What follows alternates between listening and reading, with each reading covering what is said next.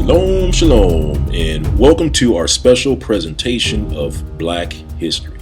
That's Black History, the Children of Judah. And shalom, brothers and sisters, it's your brother Benaiah Ben Israel. And today we're going to review Black history as you probably have never heard before. It's going to be comprehensive. And this presentation of Black history will fill in a lot of gaps that have existed over the years when it comes to the retelling of Black history, especially here in the States.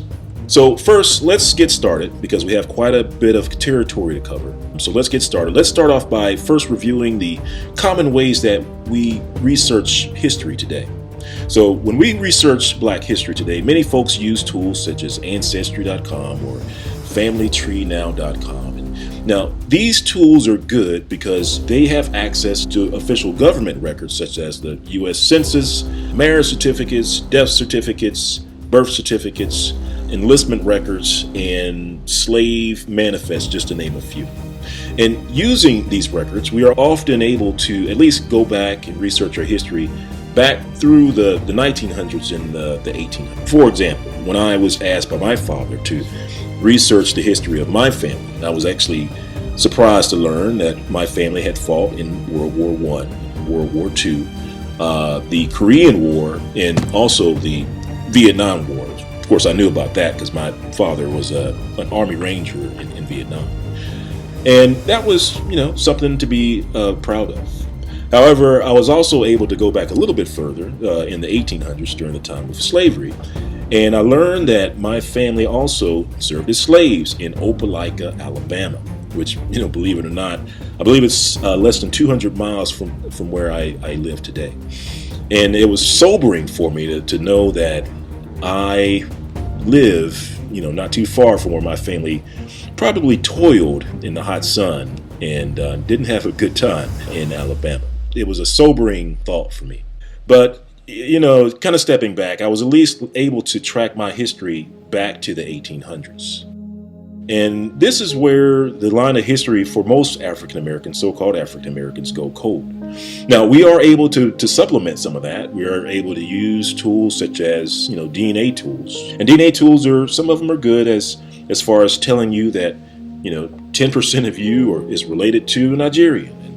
30% of you're related to the Congolese.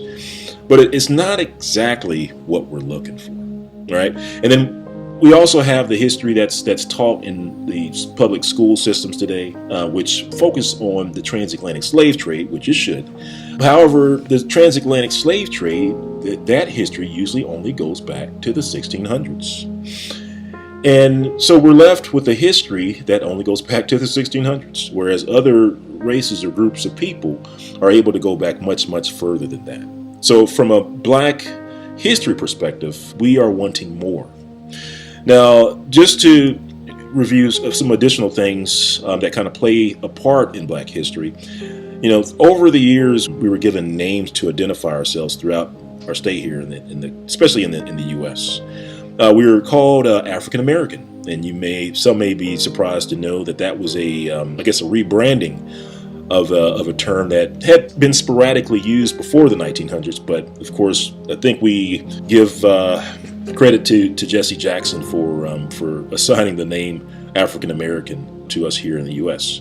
However, before African American was used, we were also called colored. And you can see that there's two different spellings of the word colored. C-O-L-O-R-E-D was first used in 1832, according to the Webster Dictionary, or C-O-L-O-U-R-E-D that was used in the 1600s. That goes back pretty far. And that's according to the Oxford Dictionary. However, if you look all the way at the bottom, we have the word Negro. And wow, look at that, 1555. And we're actually going to come back to the word Negro. I believe that word will help us identify true Black history for the so-called African American. But let's just take a note that the word Negro, goes back pretty far in history. So when we take a step back and look at the history of the so-called African American, we can see that for the most part, our history goes back to the 1600s. We can see that with the tools such as Ancestry.com and FamilyTreeNow.com.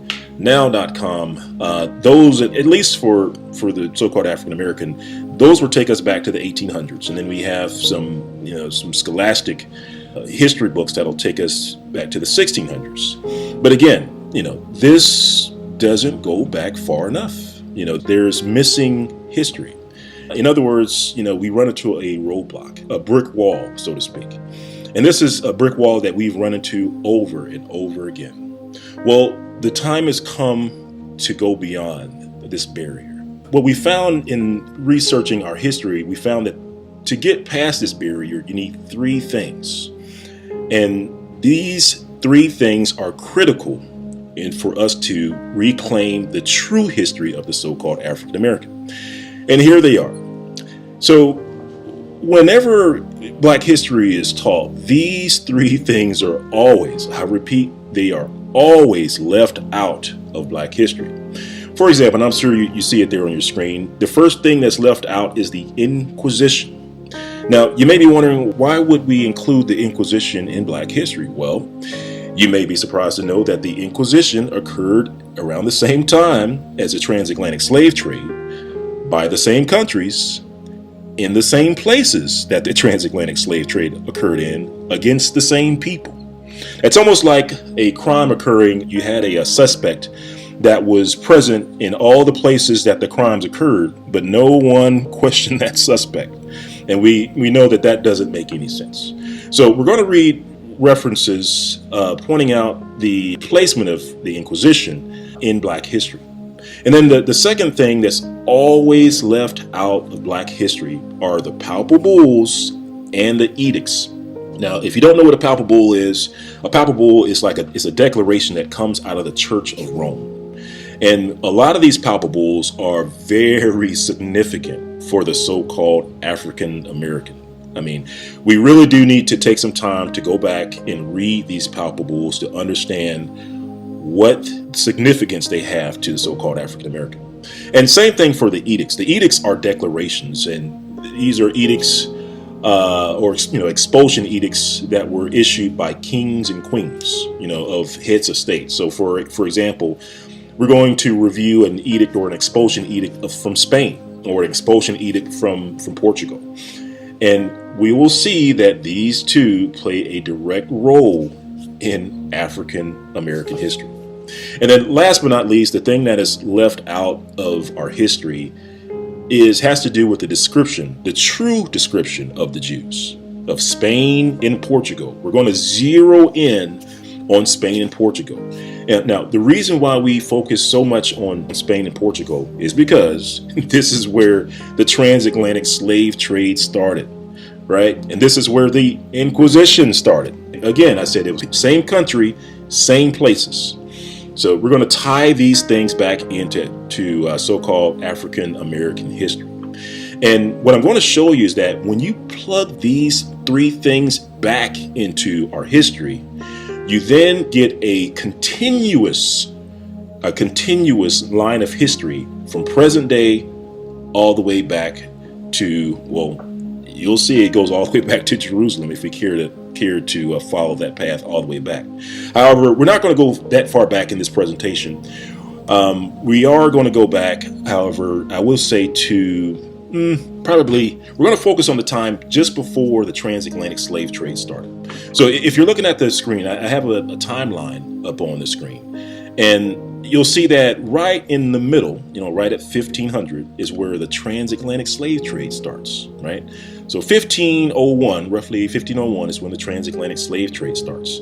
But if you look at the screen there, you'll notice that there are a couple of interesting milestones that occurred just before the transatlantic slave trade started. A couple of key milestones.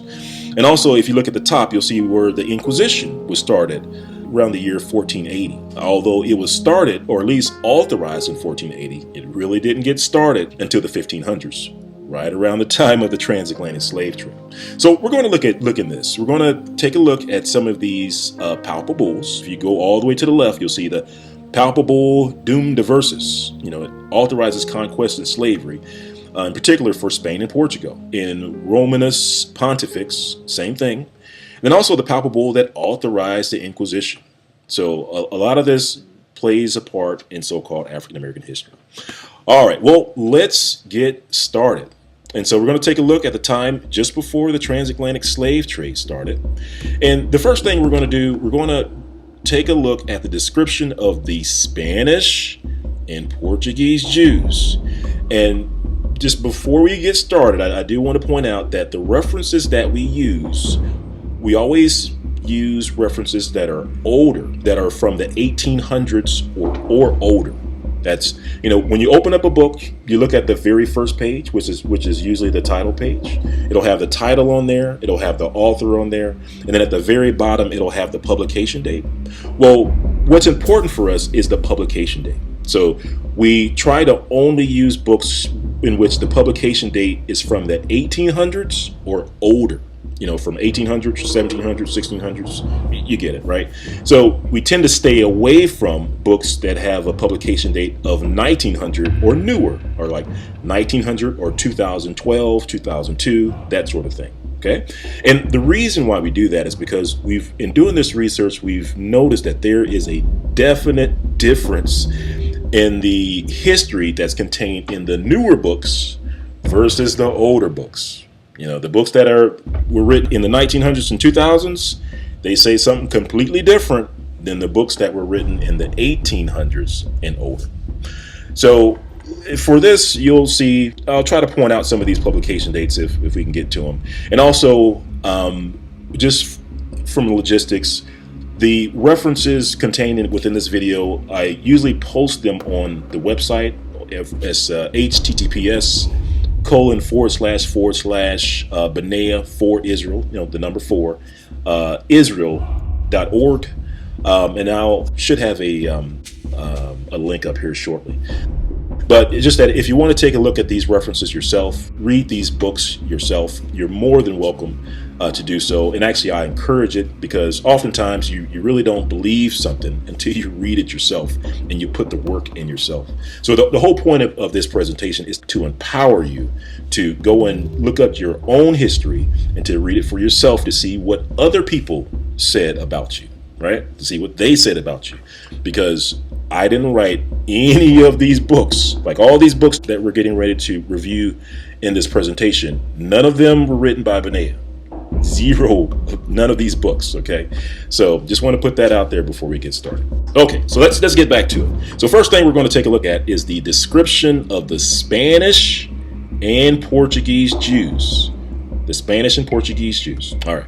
So here's the first reference, and for most of these references, I tried to capture the title of the book and the author, and sometimes it's on the left-hand side, sometimes it's at the very top. But so if I don't have it on the screen, just go to the website to grab it from there. It should be up there. Hopefully by the time this video is there. Okay. All right. So let's get started. So here's our first reference. Again, we want to look at the description of the Spanish and Portuguese Jews, right? All right, here we go. All right, we're going to start at the top. We're going to read quite a bit of this one. So let's start at the top. It says, "Thus the Jews are a people who have ever, according to the prophecy, dwelt alone, without intermixing with the nations to this day. Now this separate race all descends from brown ancestors." I repeat, now this separate race all descends from brown ancestors. For Abraham, Isaac, and Jacob must have been as dark as Mar Yohanan, if not darker. Exhibit every shade of color, from the black Jews of Malabar, of whom we have such an interesting account by Dr. Claudius Buchanan, to the rose and lily complexion of the Jews on the banks of the Elbe. I believe that's in Germany. And let's keep reading. It says, "We need go no further than the Jews of southern Spain and compare them with those of Holland and northern Germany to perceive a very striking difference." Here we go. It says, "The Spanish Jew is always dark complexion." Okay, I think I need to read that again. It says the Spanish Jew is always dark complexion. In other words, it's saying 100% of the Spanish Jews are dark complexion. And think about it. How different is that than the picture of the Spanish Jews that is out there today? All right. Okay. All right. So that's our first reference. So we get an absolute here, which says the Spanish Jews is always dark complexion. So we're getting an idea of the black Hebrew Israelites, right? All right. So here we go. Next reference. Your title is at the top. Just go back and say, go back and check the website. I won't read the title for each one of these to try to speed it up. So here we go. It says, it's on the right. It says, "'Tis also a vulgar error," or in other words, it's saying it's a big mistake that the Jews are all black. So he's saying it's a big mistake to think that the Jews are all black. He says, "For this is only true of the Portuguese Jews." Okay, so let's understand what he just said, right? He says, it's a mistake to say that the Jews are all black. It's saying, for this is only true of the Portuguese Jews. In other words, he's saying that the Portuguese Jews are what? All black. And then he goes on to explain why. He says, "Who marrying always among one another beget children like themselves. And consequently, the swarthiness or the blackness of their complexion is entailed upon their whole race." So here again, we have a description that tells us that the Jews are all black. And just to, we're going to show it here a little bit later in our presentation, but just know that the references that we're going to read, it bounces back and forth between the Spanish Jews and the Portuguese Jews.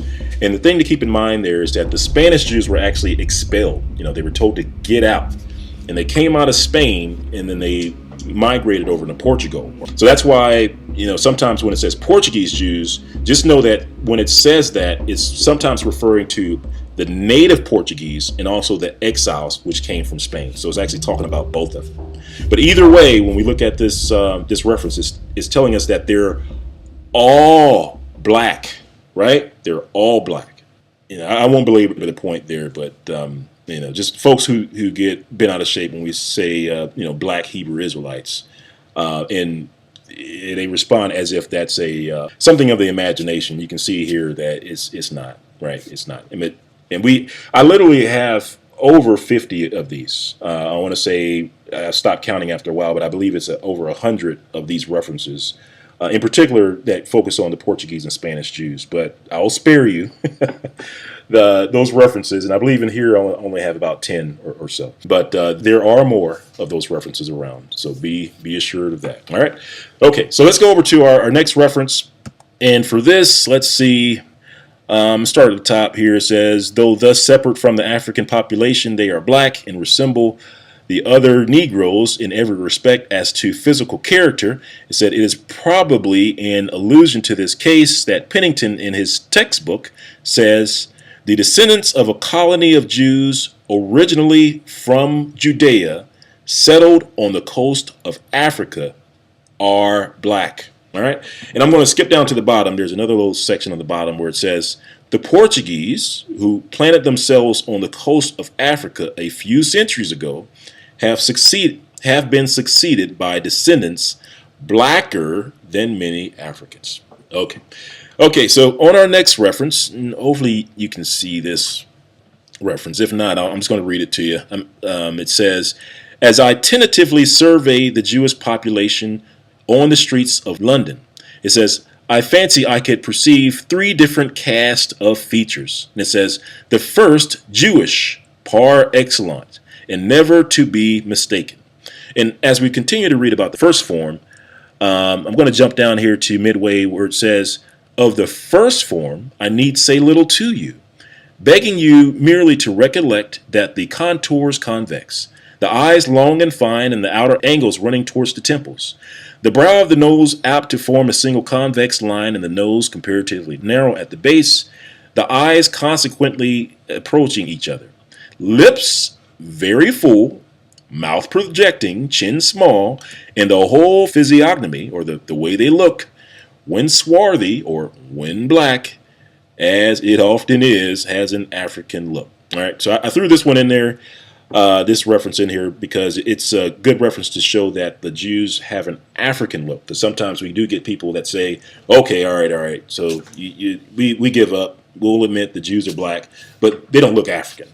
So I threw this one in there to kind of put that argument to bed. No, they did look African. All right. Okay, so let's keep going. This is just another one to kind of squash some of these arguments that come up from time to time. And this one comes from, I want to say, Hugh Clapperton, who spent time over in West Africa or North Africa. And when he interacted with the sheik on the west coast of Africa, and he recorded the conversation, and it went something like this, where he asked, where it says, I have read of you, and this is the sheik speaking back to Clapperton, where he says, I have read of you, you are better than Jews. He said, are Jews white like you? And then Clapperton responds, no, replied I, rather more like yourself, very dark, right? So again, I just want to show that using these old references, they understood that these Jews were dark-skinned. All right? Okay. All right, so let's move on. Let's get back to our Portuguese and Spanish Jews. And here we are. It says, I'm going to read just above the red line there. It says, well, I guess I can start at the top. It says, in regard to the human race, it has been shown abundantly and historically that each of the external differences often ceases to be characteristics. He says, thus, the black color is found not only in individuals as the black Jews of Portugal. So again, the Jews of Portugal and Spain are black, or very dark complexion, right? All right, let's keep it moving. All right, next one. This is a reference from a Jew himself. I believe it's Spinoza, and Spinoza is describing his own race, and he says, as he goes on with the description, it says, he was of a middle size. He had good features in his face, the skin somewhat black, and let me slow down here. The skin somewhat black, black curly hair, long eyebrows, and of the same color, so that one might easily know by his looks that he was descended from Portuguese Jews. All right. So again, Spinoza goes on to show us that people knew that when they looked at a black man, that they knew that he was descended from Portuguese Jews. In other words, they associated the characteristic of the way this person looked to a Portuguese Jew. Okay? All right. So let's keep going. Let's read some additional references. We got, let's see, how far do we want to go back on this one? Okay, again, we'll start at the top. It says, with reference to the characteristic of color, which are extreme, we have now the opportunities of knowing how much that color is the result of the influence of climate. We know it more particularly by the most valuable mode of testing, such influences which we derive from the peculiarity of the Jewish race. And it says, for 1,800 years, that race has been dispersed in different latitudes and climates, and they have preserved themselves distinct from intermixture with other races of mankind. There are some Jews still lingering in the valleys of the Jordan, have been oppressed by the successive conquerors of Syria for ages. It says, a low race of people, and described by trustworthy travelers as being as black as any of the Ethiopian races. Again, these Jews were described as black. All right, and let's keep moving. I got another reference here. Just trying to drive home the point that these Spanish and Portuguese Jews were black. And let's see here. I guess we can go directly to the underlined line where it says, the Jews of Portugal are very dark. Okay? So hopefully we're establishing a pattern. And here's another one. I like this one. This one's from John Mackey. This one's from the 1700s. Page 26. I think it's like halfway down. It's like the second or third paragraph. And it says, and he's describing the, like a Duke of Nottingham. And he says, he hath also the exterior air of business, and application enough to make himself very capable. In his habit and manners, a very formal, a tall, thin, very black man, like a Spaniard or Jew, about 50 years old. All right? So, again, this is talking about a Spaniard. You know, this guy's like, he's very black, like a Spaniard or a Jew. Okay? All right, so hopefully we've read enough references to show you that these Spanish and Portuguese Jews are, and are still today, black Jews. So if you're doing research on the Jews in Spain and Portugal and you kind of type it into Google and you get back something that's not always dark or all black, then you know that it is a lie, right? You know that it is a lie because according to the old references, they are always dark complexion. Okay? Okay, so now that we've established color of the Jews, so that when we read through these references, I want us to be able to picture in our mind, who we're talking about. Okay, who we're talking about. So let's move on to our palpables and edicts. And really, for this section, we're going to focus more on the expulsion edicts. And I want to show you that the first thing that happened was that the Jews in Spain were expelled from Spain. And then from Spain, they moved into Portugal. So you can see the map there on your screen, and you can see that the Jews moved from the much larger territory of Spain into the much smaller territory of Portugal. And that resulted in a large number of Jews in Portugal, which is significant because this is what happened just before the transatlantic slave trade. So just before Spain and Portugal started the transatlantic slave trade, Spain expelled their black Jews. And hopefully, now you can start to see why this information is left out, right? And also, you may want to ask yourself, how come this information isn't known? How come we're not talking about it? But I'm going to show you that this information is actually in several places. It's in several places, right? So let's take a look. So first thing occurs, Spain kicks out their Jews. And let's take a look at a reference here. It's called The History of the Inquisition, right? And I'm going to start here, probably the third line down off to the right, where it says the number of those who were thus banished from Spain, kicked out of Spain, were 400,000 Jews, according to Ruchelin and others. All right, so some are estimating the number to be almost 500,000, but then it says Mariana says it's not easy to reduce them to any certain number. He says most writers affirm that there were 170,000 families. So now we're talking about groups. So one was talking about individuals, 500,000, almost 400,000 individuals. Now we're talking about families, which is a smaller number. So 170,000 families that departed. It says others say there were 800,000 persons. So 800,000 individuals, almost a million, 200,000 short of a million Jews. I repeat, black Jews were expelled from Spain. And it says a prodigious number, almost exceeding belief. So you got to wonder, you almost have a million black Jews that were expelled from Spain. How come we haven't heard about them, and where did they go? So just before the transatlantic slave trade, let me get this. Let me paint the picture. Just before the transatlantic slave trade, because what I didn't read was the date at the top. So on the second line, you'll see it says at Granada in 1492, right? So the transatlantic slave trade started in 1501. So we're less than 10 years before the transatlantic slave trade started.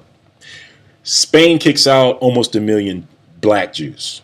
And the reason why they kicked them out, now I guess we'll read it here, but I'll go ahead and spoil it, was because Spain gave their Jews an ultimatum. They said, either convert to Roman Christianity or get out. And you can see that almost a million Jews, or 200 short of a million, decided to get out rather than to accept the Roman version of Christianity. That is powerful. So, but again, we gotta answer the question: where did all these Jews go? All these black Jews who were all black, who were always of a dark complexion, right? Remember, we read that first. It said they're always of a dark complexion. Where did these people that were always of a dark complexion, who are all black, where did they go? All right, well, let's keep reading, see if we can find out. So after the Jews were kicked out of Spain, The next thing that happens was that these 800,000 Jews, or trying to think of the other number, but a large number, were then expelled from Portugal. But it wasn't the full number; it was a subset of that number, and we're going to see exactly who was kicked out of Portugal, of those Jews that came into Portugal. So let's read about some history about what happened when the Jews came over into Portugal. All right. So in this first reference, we're going to read a reference from the official chronicler of King John II. So this is somebody that actually holds a position in government, right? His name is Garcia de Resende, and it goes on to say, and this is on page 17, it says, he reports on one of the methods to populate this island, and he's talking about St. Thomas on the west coast of Africa. And it says that also throw some light on the tragic form of Jewish participation in the Portuguese Atlantic Empire. It says, the king, and we're talking about King John II. So King John II is really central to the scattering of the Jews. I'll actually include three kings. I'll put three kings in this group. King John II is a king that you will want to remember because he plays a critical role. Emmanuel, which succeeded King John II, I believe it was Emmanuel I, and then following Emmanuel I was King John III. So you got two King Johns, you got a second and a third, and you got a Emmanuel in between. So those three kings are critical to the movement of these black Jews that were in Spain and Portugal, almost 1 million, that just poof, disappeared. I mean, literally, this has to be the greatest disappearing act of all times. No one knows about them. There's no books, no records or traces. So we think of these Jews up in Spain and Portugal. But we'll keep reading to see if we can figure out what happened to them. So in this reference, as we were reading about King John II, it said the king had allowed the Jewish refugees from Spain. So as the Jews were coming in from Spain, from where they had been expelled in 1492. Okay, so we're less than 10 years from the start of the transatlantic slave trade. It says he had allowed them to remain in Portugal only in return for payment of an enormous ransom. And it said in 1493, okay, so a year after they came into Portugal, it says those who could not pay had their children taken away from them, baptized by force, and deported to St. Thomas or Sao Tome in order to be raised as Christians and to help populate the island that the king had just leased to Alvaro, who was a governor. He was the governor of St. Thomas. So just to recap, the king allowed the Jews to come in, and then almost 6 months to a year afterwards, the Jews that couldn't afford to pay the tax, he took away their children. And it was actually the children between the ages of 3 and 10. And if you can imagine a 3-year-old, I think 3-year-olds are in daycare, right? And a 10-year-old is in elementary school. So you take those kids away from their parents and ship them with strangers by themselves over to the west coast of Africa in great numbers. This is one of the dirty little secrets of the I want to say the transatlantic slave trade, but we haven't tied that together just yet. But this was a major event that occurred in Portugal, and it's recorded like all over the place. But it's never, like I said, it's never talked about when it comes to Black history. And you got to ask why, right? Because here we are, we're dealing with a Black people, a people that are always very dark, a people that are all Black, being sent to the west coast of Africa, to the very place that the transatlantic slave trade started. And we're less than 10 years before the transatlantic slave trade started. And here we are putting Black people, Black, dark-skinned people on the west coast of Africa in the same places where the transatlantic slave trade is getting ready to start. All right, so let's keep reading because we always like to cross-check our references using additional references. So here's our next reference, page 57. And let's see here. And we're talking about King John again, our favorite king. It says, and this talks about, let's see, unfortunately at the time of the expulsion, plague was raging in Castile. So this is talking about in Spain, when the Jews were kicked out of Spain, there was a plague at the time. And it says, and the fugitives, they're calling them fugitives now, brought with them the disease and propagating it with it wherever they went. So we're getting some more information. It's telling us that when the Jews came out of Spain into Portugal, there was a disease that followed them into Portugal. And it says, and not unnaturally causing their advent to be viewed with loathing and horror. So in other words, it's saying that when these Jews came in, they brought the disease with them. And of course, you got people coming in, almost 1 million people coming into the country bringing the disease. The people in Portugal, it didn't sit well with them, right? Probably wanted them to get out. And it says, the circumstance induced King John to hasten their departure from Portugal. Well, there you go. From which purpose ships were duly provided according to the agreement. Just looking at my time here. But such was the temper of the captains and the sailors that they subjected the Jews to the hardest possible condition. They plundered them of their goods and valuables, even to their very clothes, and landed them naked and bare of everything on barren points of the African coast, leaving them to die of starvation or, listen, to be sold into slavery to the Moors. Nor was this all. It says, the king wrested or took from their parents all the children between the ages of 3 and 10 of those Jewish immigrants who from poverty or otherwise had omitted to pay the capitation tax on entering.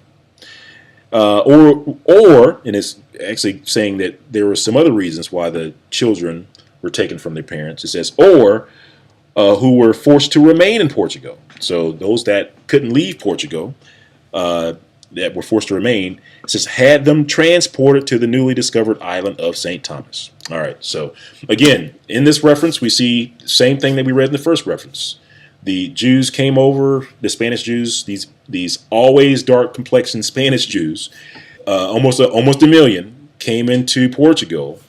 The ones that couldn't pay had their children taken away from them, and it says, or the ones that hadn't left yet had their children taken away, and the ones that did leave, they were dumped on the west coast of Africa by the ship captains who were treating them very badly. All right, so again, we have all of these black Spanish Jews being placed on the west coast of Africa, totally omitted from history, from so-called African American history. But we need to pay attention to this again, because this is in the same exact place of the transatlantic slave trade, and we are less than 10 years before the transatlantic slave trade kicks off. All right, so let's keep reading. And let's see here. I'm going to read the whole thing on this one. Why not? It says, the Jews after the admission into Portugal were no less unfortunate than the other exiles from Spain.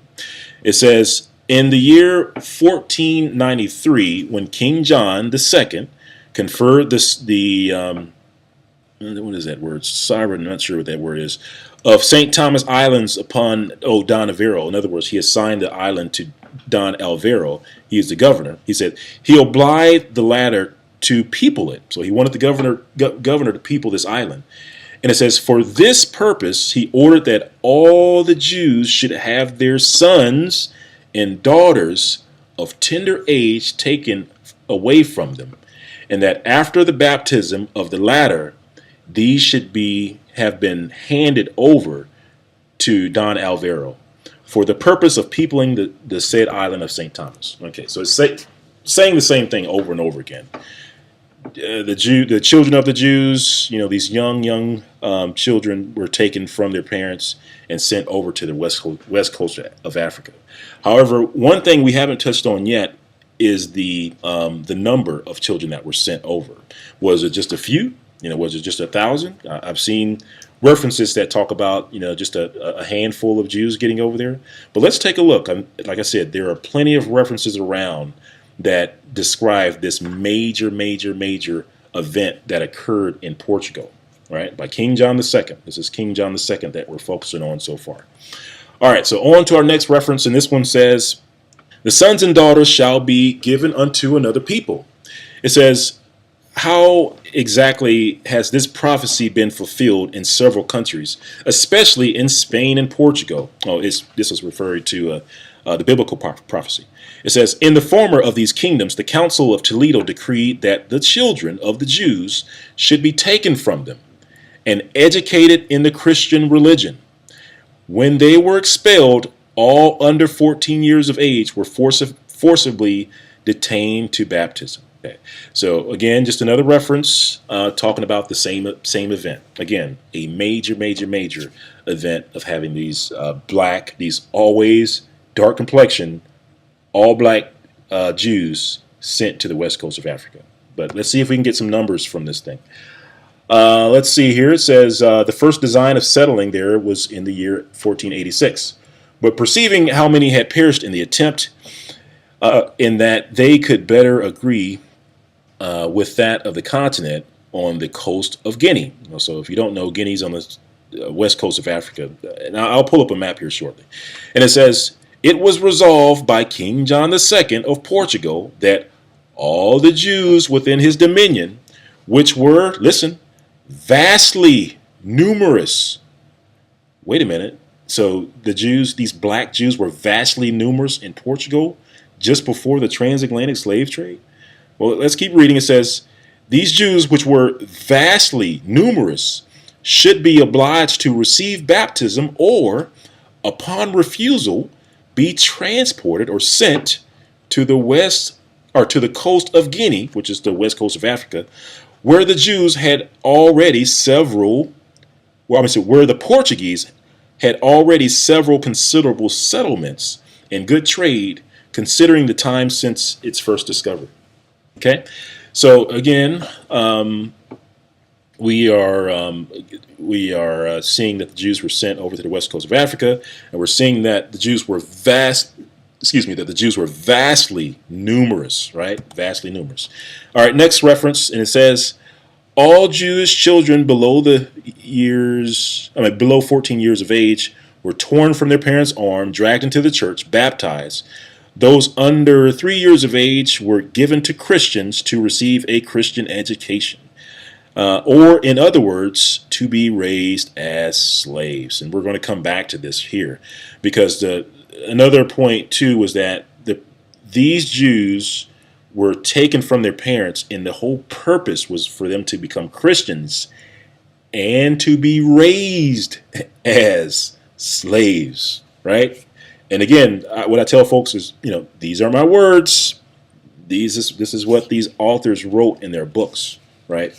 So again, we have all these black, these always dark complexion, always black Jews, that went from Spain into Portugal, and then here we have an additional reference that says that they were taken from their parents, and the purpose of them being taken from their parents was twofold. One was for them to be Christians, and two was for them to be raised as slaves. So remember that we're actually going to see some other references that say the same thing. So now we're starting to tie in these black Jews to slavery, right? We're starting to tie in these black Jews to slavery, and we're starting to solve the question of what happened to all these Jews. Remember, there's almost 1 million Jews, and here today we're never told that the Spanish and Portuguese Jews were black, one, and two, we're never told that there were so many. There was almost 1 million of these Jews, two, and then three, we're not told what happened to them. They just disappeared, right? But now we're getting some better understanding as to what happened. It says that they were taken. We're looking at the children first. Taking a look at the children first, because this was not a one-time event, right? And you'll see it here as well. But first we're dealing with the children. Children were taken from their parents to be raised as Christians and slaves. And it goes on to say that those between the ages of 3 and 10 were put on board of a ship and conveyed to the newly discovered unwholesome island of St. Thomas, right? All right, so same thing. And skipping down, it says those between 10 and 14 years were sold as slaves. So again, we have the children of the black Spanish Jews, or the Portuguese Jews, being sold as slaves. Right around the time of this transatlantic slave trade, right? This is just right around the time of the transatlantic slave trade. And I put this one in just so that you can get an idea of the numbers that historians threw out there when it came to these Spanish Jews. And let's read it. It says, the northern coast of northern coast of Africa and the inhabitable regions inland were full of Jews of Spanish descent. I repeat, it says, were full of Jews of Spanish descent. So within Africa, not only on the coast of Africa, the northern coast of Africa, but in the interior parts of Africa, it says they were full of Jews of Spanish descent. You know, these black, these always dark complexioned Jews, right? And it makes sense for them to come to Africa because Africa is a continent of dark complexioned people. But let's keep reading. It says, they had congregated there in great numbers during the century. So it's going to give us a time frame. It says from the persecution of 1391 to their total expulsion. So, which is just before the transatlantic slave trade. So, in other words, we see that there was a time frame, a window in which it says great numbers of Spanish Jews started flooding into Africa. Okay. So here's another reference we're going to read. It says the Castilian Jews, and that's another name for the Spanish Jews. It says the Castilian Jews who from poverty or any other cause had not departed at the limited time. So in other words, if it's just talking again about the Spanish Jews who didn't leave in time.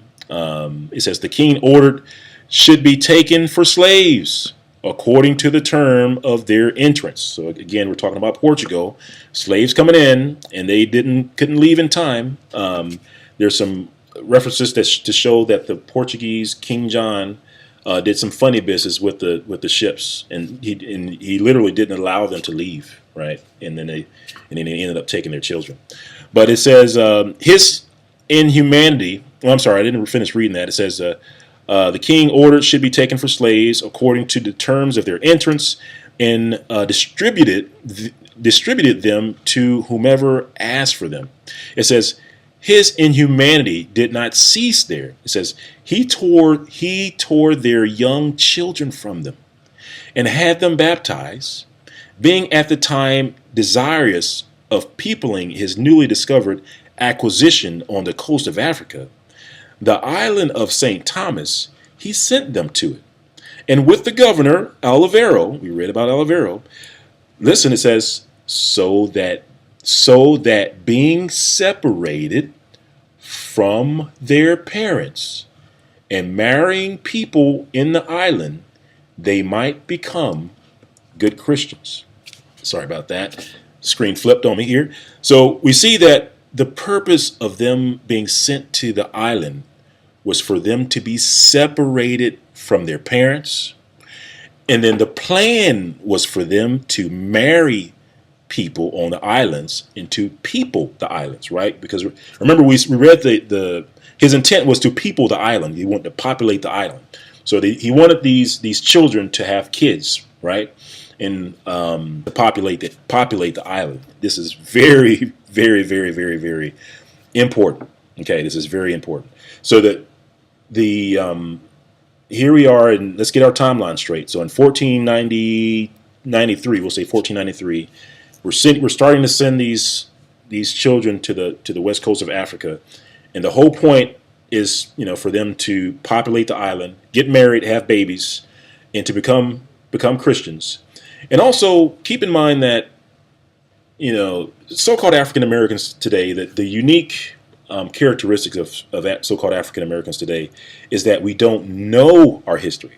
And you have to ask yourself, how do you get a people to a point where they don't know their history? Like, there are other races around the world that have gone into slavery, but when they come out of slavery, they still know their history. And it's because, they've had their elders there all along, being able to tell them who they were, their history, their oral history. Hey, we're a people from here, and we're really, these people, that sort of thing.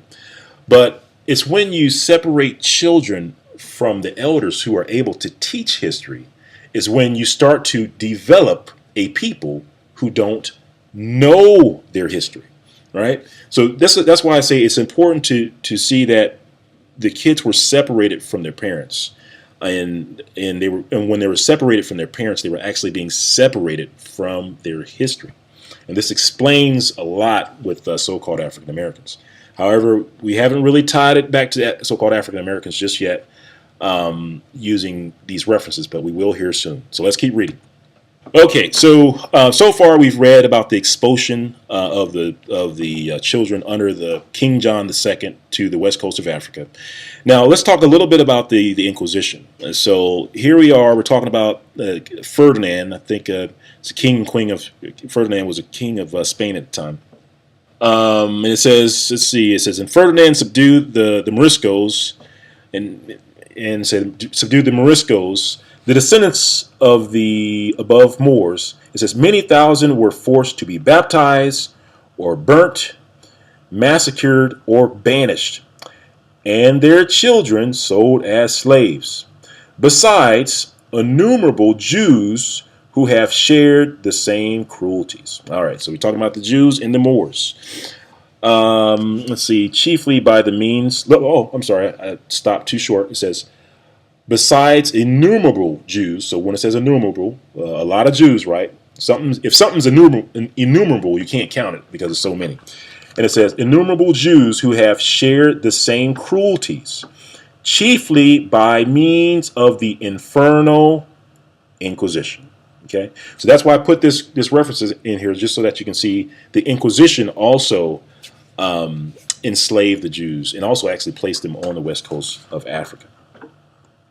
And just a quick note about the Moors. There are references that also show that the Spain and Portugal ended up showing leniency to the Moors, or mercy to the Moors, because they were afraid of the reprisals, or the what's the word I'm looking for, of the payback for any cruelty against the Moors in Spain. They were afraid that their people in other countries that the Moors were numerous, that they would be attacked. So they didn't really do the Moors the same way that they did the Jews. The Jews were above and beyond persecuted, well above what was ever done with the Moors. They were actually pretty lenient to the Moors.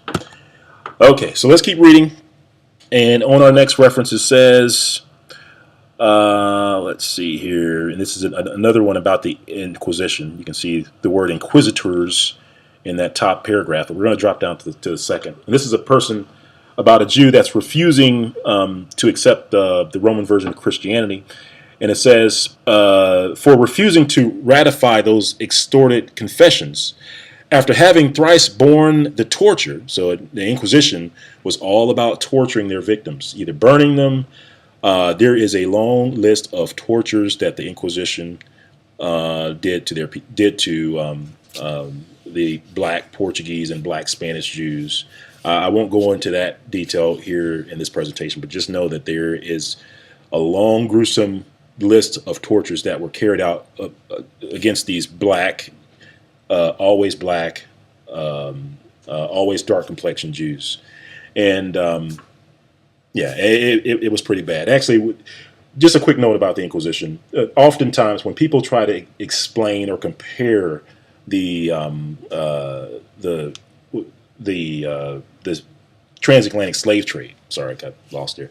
But when people try to explain the transatlantic slave trade and compare it to something like, the people being stuffed in the ships and living in their feces and being whipped and starved and all, and being boiled in sugar and batch in oil or whatever, having their arms hacked off, as some of our brothers have pointed out in their videos. The one event that the transatlantic slave trade is compared to is often the Inquisition. Like when they say that, like the transatlantic slave trade was so bad, it was almost like the Inquisition. Like only the Inquisition compared to the transatlantic slave trade. And when you think about it, and what we're going to show here is that they both went on at the same time, carried out by the same people, against the same people. So not only did the Jews have to go through the transatlantic slave trade, which we haven't proven 100% yet, but that we will, but they also had to go through the Inquisition. So this was truly a time for Jacob's trouble. People don't usually tie this back to Jacob's trouble, but I think it's partly because people don't know what happened in both the Inquisition and the transatlantic slave trade to be able to see that this was a very bad time for the children of Judah. Okay, all right. So let's get back on topic here. Sorry, guys. So remember, the reason why we're reading this reference is to show that the Inquisition also placed the Jews on the west coast of Africa. So we're picking this reference up. This Jew is refusing to accept the Roman version of Christianity, and it says for refusing to ratify those extorted confession after having thrice borne the torture, which was as often as the rule of the Inquisition allowed. She was condemned. She was condemned to be whipped through the streets by the common hangman, and then to be banished for 10 years to the island of Principe, which is on the west coast of Africa. On the west coast of Africa. Well, there you go. So again, just want to show you that the Inquisition was putting Jews on the west coast of Africa as well. So on one hand, we have the Expulsion Edict of King John II and other kings that came after him that put the Jews on the west coast of Africa. And we had the Inquisition that was putting Jews on the west coast of Africa. These always dark complexion, all black Jews on the west coast of Africa. Again, I have to ask a question. Where did they go? Right? Where did they go? Poof, disappeared, right? All right, let's keep reading. It says, next one it says, Barbert states that in the reign of King John II, and about the close of the 15th century, so still talking about the 1400s, it says, listen, large numbers of Jews were expelled from Portugal and taken to the coast of southern Guinea, which is the west coast of Africa. And then it says that the island of St. Thomas, which was more than 100 miles from the mainland, was populated, and it says, by mulattoes from the Jewish exiles and Angola women. And you may not know, but the Angola women were also Jews as well. But okay, so in this reference, it shows us that large numbers of Jews were expelled from Portugal and taken to the west coast of Africa just before the transatlantic slave trade occurred. Again, what happened to them? The biggest disappearing act of all times. All right, so let's keep reading. And we're going to read the part that's in the section here. And this one actually talks about King John III. So King John III, let's see what happened about King John III. So now I'm actually going to skip down to, I know it's not good to read mid-sentence, but it's pretty wordy. So I'm just going to skip down to where it says that John III, King of Portugal, sent a colony thither above 200 years before, whom though the unwholesome air destroyed, yet the place was not left desolate.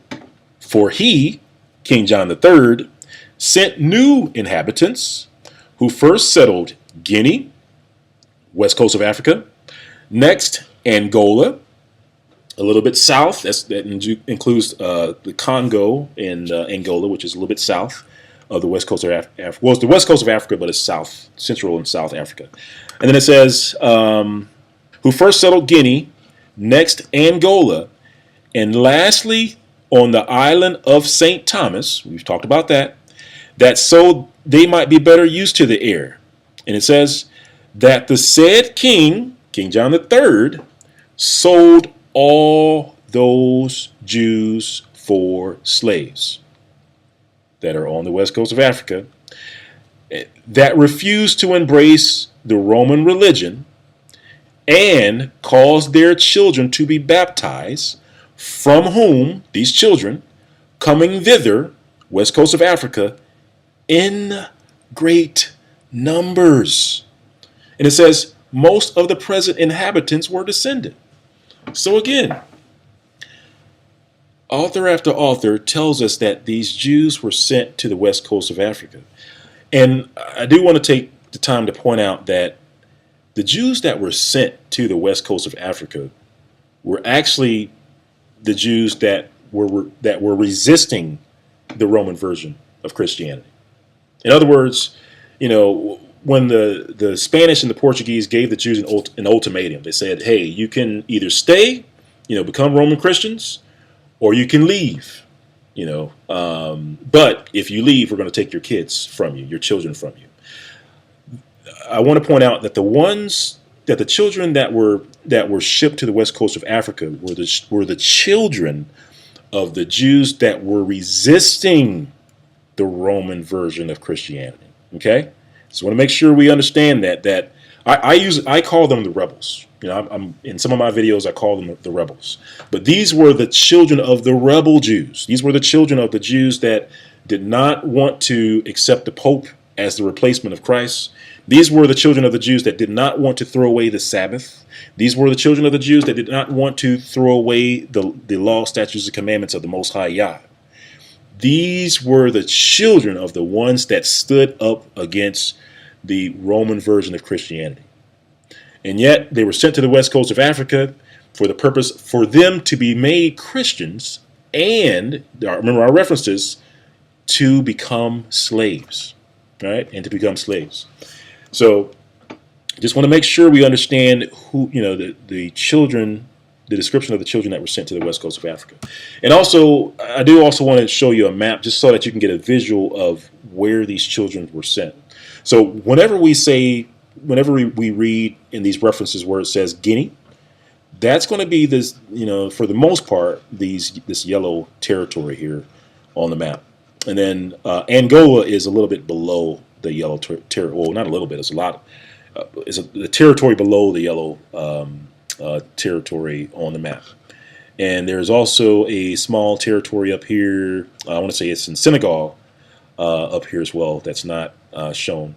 But for the most part, it's the west coast of Africa, right? And this is ground zero for the transatlantic slave trade. So just before the transatlantic slave trade, we just have a large number of all black Jews sent to the west coast of Africa. And poof, where did they go? The question is, where did they go? All right, so I got a couple of things on the screen for you. One is just a quick snapshot of a map. Actually, it's just a crop the picture of a map. And what's circled there is the French word for the kingdom. It says the kingdom of Judah. So this is the slave coast, and it's the slave coast when the Portuguese took the children and placed them on the west coast of Africa.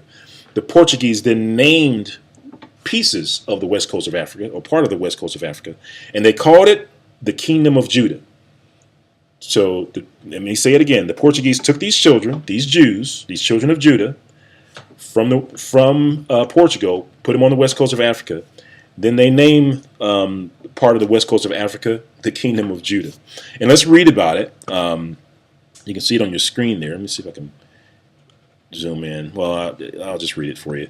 And it says, east of the Popo begins the Dahomey territory guarded by the important town of Gliwice. It says, known to Europeans by various names. And I'm going to skip here. It says, the old writers called it Judah, and its inhabitants were said to be Jews, while the neighboring river Alala, whose real name is Ephra, became the Euphrates. I do want to point out here is that when the Jews were placed in different places, we have a habit of the Jews naming things after the places where they come from. So we know that the Euphrates River is close to Jerusalem. So when these Jews were placed on the west coast of Africa, they didn't name the river the Euphrates. And you can actually see it. I don't know if you can see it there, but there's a yellow circle. But at the top of that yellow circle is a river, and it's called the Euphrates. So they literally named a river in the kingdom of Judah, which is the slave coast, the Euphrates. All right, so here we go. So what happened to these Jews? It says the old writers call it Judah, and its inhabitants were said to be Jews. Okay, and it says the neighboring river, the Lala, became the Euphrates. It says, listen, it says, during the flourishing days of the slave trade, the transatlantic slave trade, it says from 16 to 18,000 were annually transported from Judah, as the Portuguese called this place, right? And also, I want to point out that Judah, there's two. I've seen people try to debunk the word Judah here. It is in fact Judah, right? Because we see that the Jews there, and they called it Judah. And actually, Judah, if you look it up in Google translation, does mean Judah. It also means help, but it does mean Judah. And in this reference, it's calling it Judah. But let's keep reading. It says, during the flourishing days of the slave trade, from 16 to 18,000 were annually transported from Judah, as the Portuguese called this place, which at the time had a population of 35,000. So that place had a population of 35,000 Jews at the time, and each year they were, and of course they were having kids and stuff like that. But you can see each year they were taking out 18,000, 16,000, right? A lot of Jews were taken from from the kingdom of Judah and shipped via the transatlantic slave trade. And then I believe this is the last reference, which speaks about the Jews being on the west coast of Africa. And this is one that was in French, and I had to translate this one. And actually, I give credit where credit is due. I think one of the brothers had translated this one and came behind him and did the same thing as well. But he was the first to share this out. But it says the same thing. It says, Wida, Judah, is an ancient city frequented since the 16th century by the Portuguese slavers who gave it its name. So just want to point out that it was the Portuguese who gave this place, who gave the kingdom of Judah its name. After all, they were the ones that placed the children on the west coast of Africa in the first place, right? And it says its inhabitants were called Judaic, right? And indeed, they were regarded as a remnant of the scattered tribes of Israel. Okay. All right. So let's do a recap. Let's recap what we've learned so far, what we've read so far. We've learned that the Portuguese placed the Jews on the west coast of Africa. And I lumped three kings into that. And of course, it may be more, but it's just that what we've studied so far is King John II is the one that kicked it off, taking the children from their parents, putting them, in great numbers on the west coast of Africa.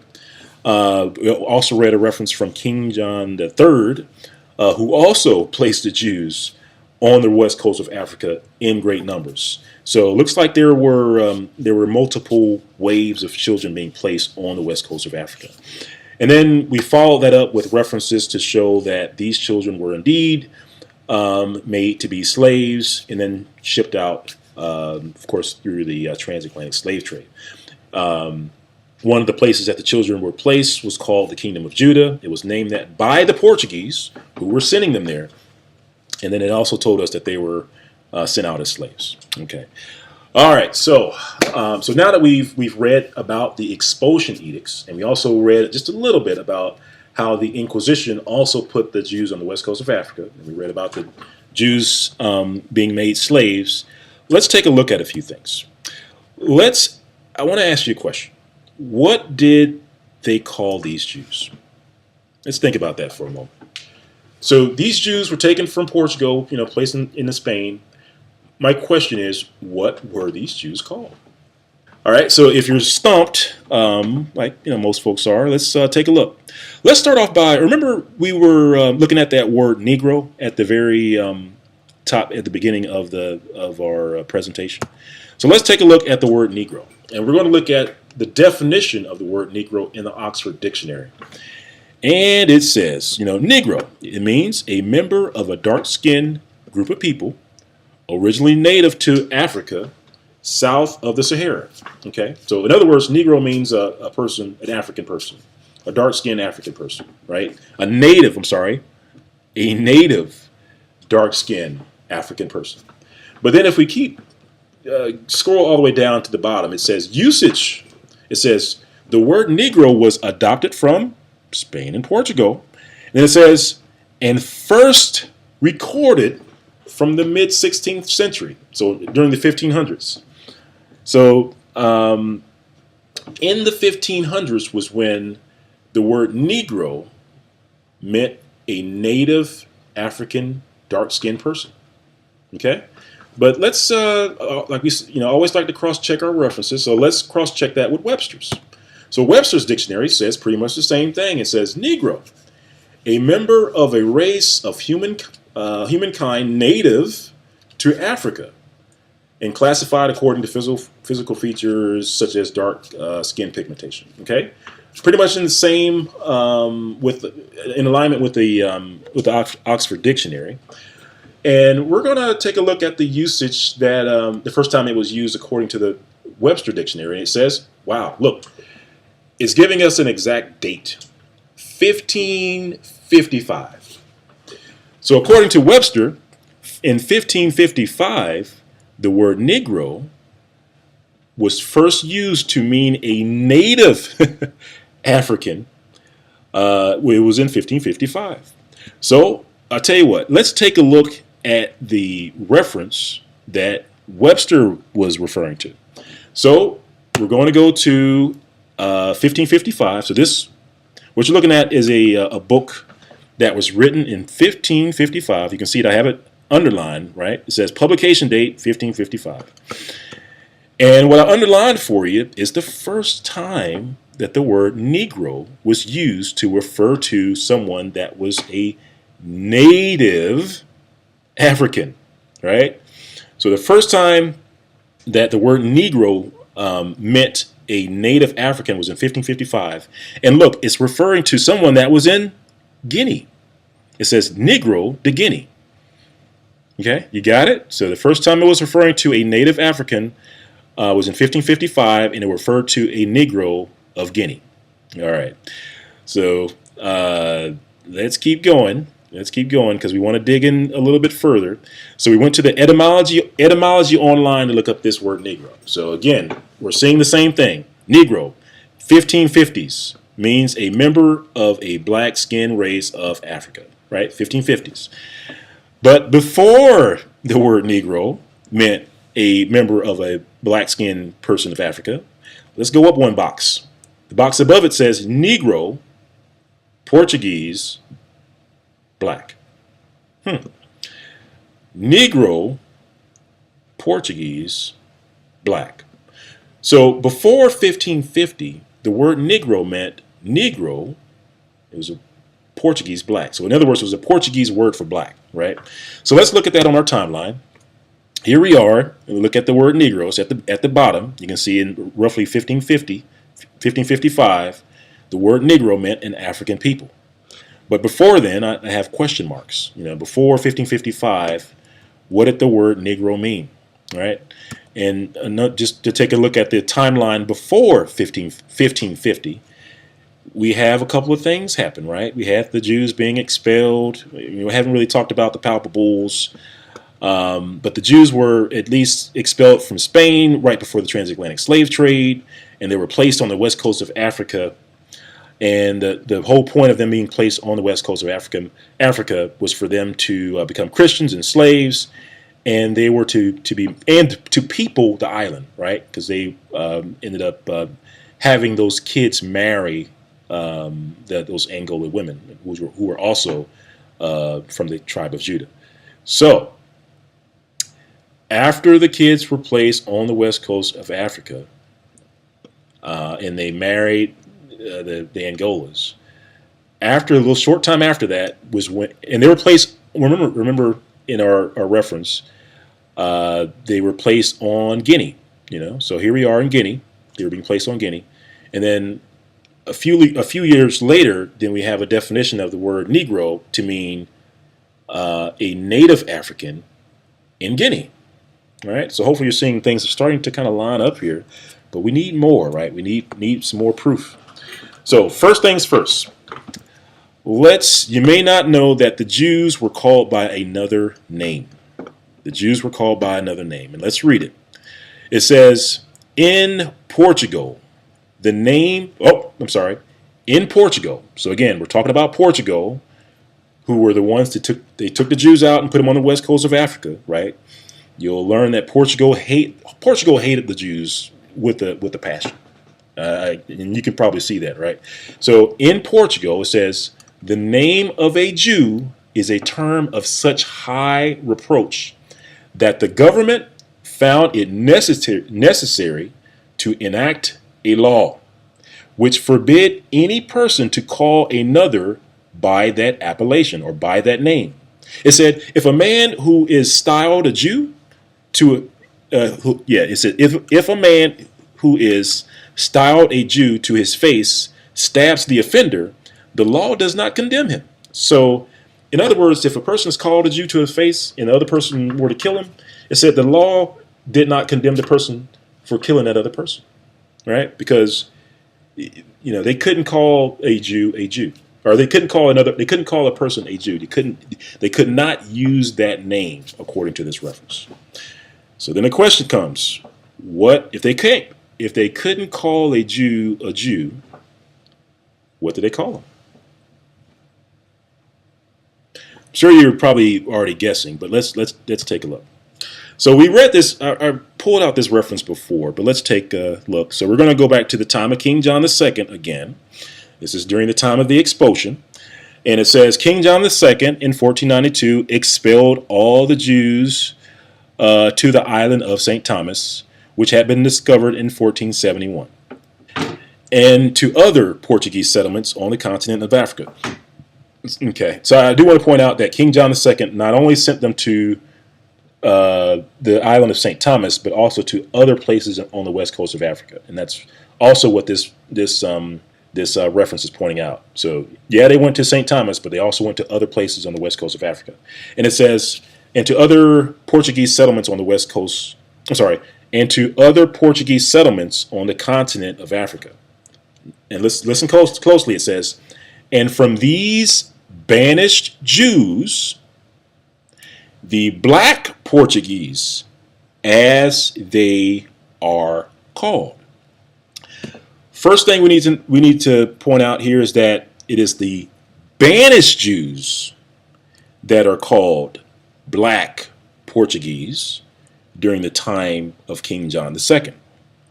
Second thing I want to point out is that the Portuguese, right? Remember, this was we read in the previous slide that it was a Portuguese law that said that they can't call a Jew a Jew. So what did the Portuguese call the Jews? Well, they were calling them black Portuguese. What is the Portuguese word for black? Negro. You see where we have Negro here? So we had the word Negro, which meant a black skinned race of Africa in 1550s. But before then, it referred to black Portuguese. Negro. Got it? So the word Negro was used to describe the black Portuguese Jews. And let's see here. I believe, I was using this reference just to show you that the Jews were placed on the coast of southern Guinea. So you see, large number of Jews were expelled from Portugal and taken to the coast of southern Guinea. And these Portuguese Jews were called black Portuguese, or they were called Negro Portuguese, or they were called Negroes. And then once they were sent to the southern Guinea, or the west coast of Africa, they said, well, here it says southern Guinea, right?